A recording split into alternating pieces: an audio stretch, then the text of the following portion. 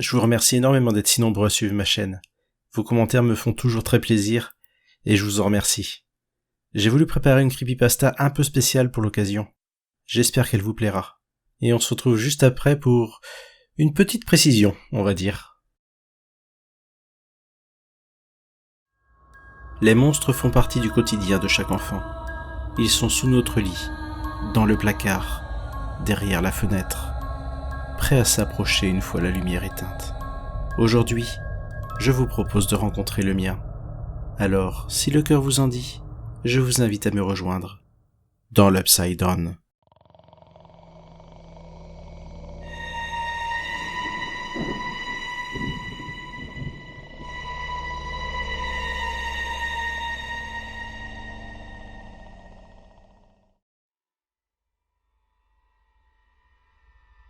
Je devais avoir 6 ans quand nous avions emménagé dans cette maison.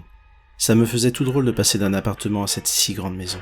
Je pouvais naviguer à ma guise entre les étages, sortir dans le jardin. Partout j'étais chez moi. Ça me paraissait si grand à l'époque. Le caractère ancien de la maison lui donnait en quelque sorte une certaine noblesse. Je m'y sentais comme dans un château.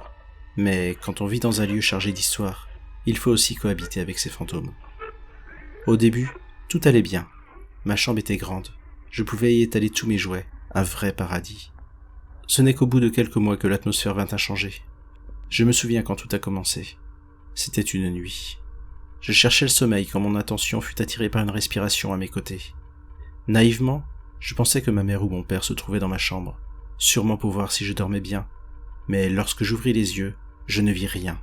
Ma chambre était éclairée par la lumière du couloir qui passait par l'entrebâillement de la porte, ce qui me permettait de voir que personne ne se trouvait là. Peu rassuré, je me suis mis instinctivement sous les draps et ai refermé les yeux. C'est alors que, faisant davantage attention aux moindres petits détails, je sentis quelque chose se poser à côté de moi, creusant le matelas comme si quelqu'un s'y était assis. Puis j'entendis la respiration se rapprocher. Je n'avais plus de doute. Il se passait quelque chose. Timidement, j'approchai la main de l'endroit où le matelas formait un creux. Mais plutôt que de buter contre quelqu'un ou quelque chose qui aurait dû se trouver là, ma main continua pour aller jusqu'au fond du creux qui s'était formé. La respiration se fit de plus en plus forte, et pris de panique, je me mis à hurler. Au bout d'un moment, mes cris ont alerté mes parents qui sont venus voir ce qui n'allait pas, et je leur racontais ce qu'il venait de se passer. Mais comme tous les parents, ils mirent ça sur le compte de mon imagination, prétextant que la respiration que j'entendais était la mienne, et qu'à partir de ça je m'étais fait un film. Je n'ai pu trouver le sommeil cette nuit qu'avec la lumière de ma chambre allumée.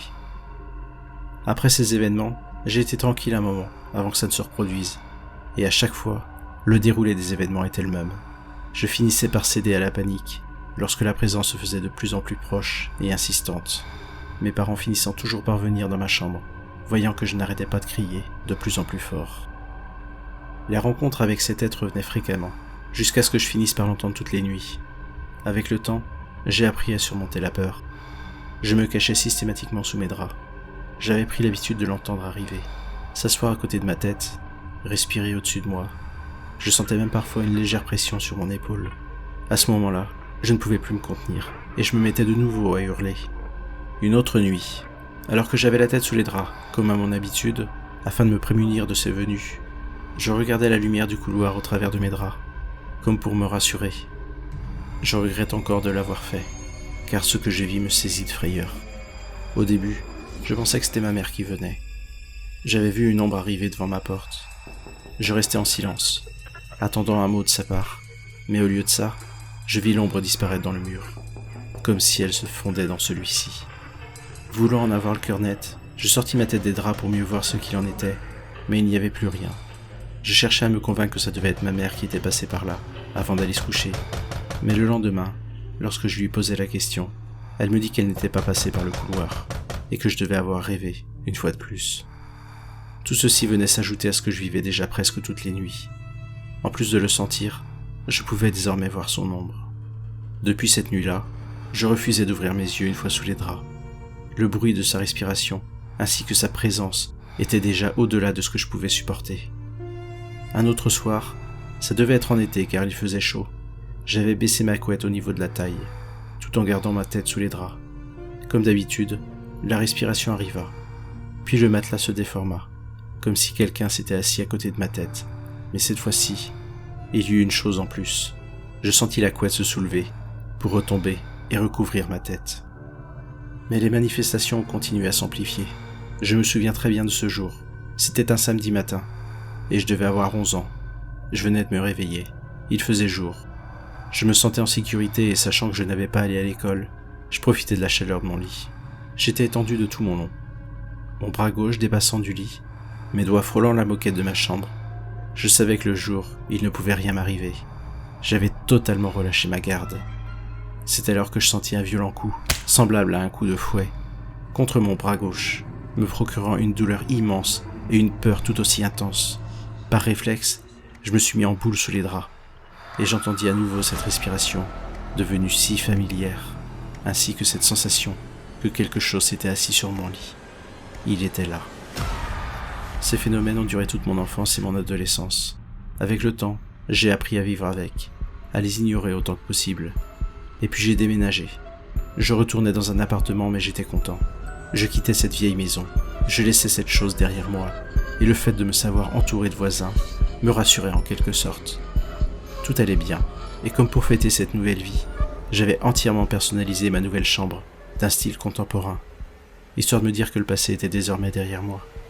Ce style venait trancher avec celui de mon ancienne chambre, qui était restée dans un look des années 70, et que nous n'avions jamais refait, car nous n'étions que locataires, et que sûrement les propriétaires s'y étaient opposés.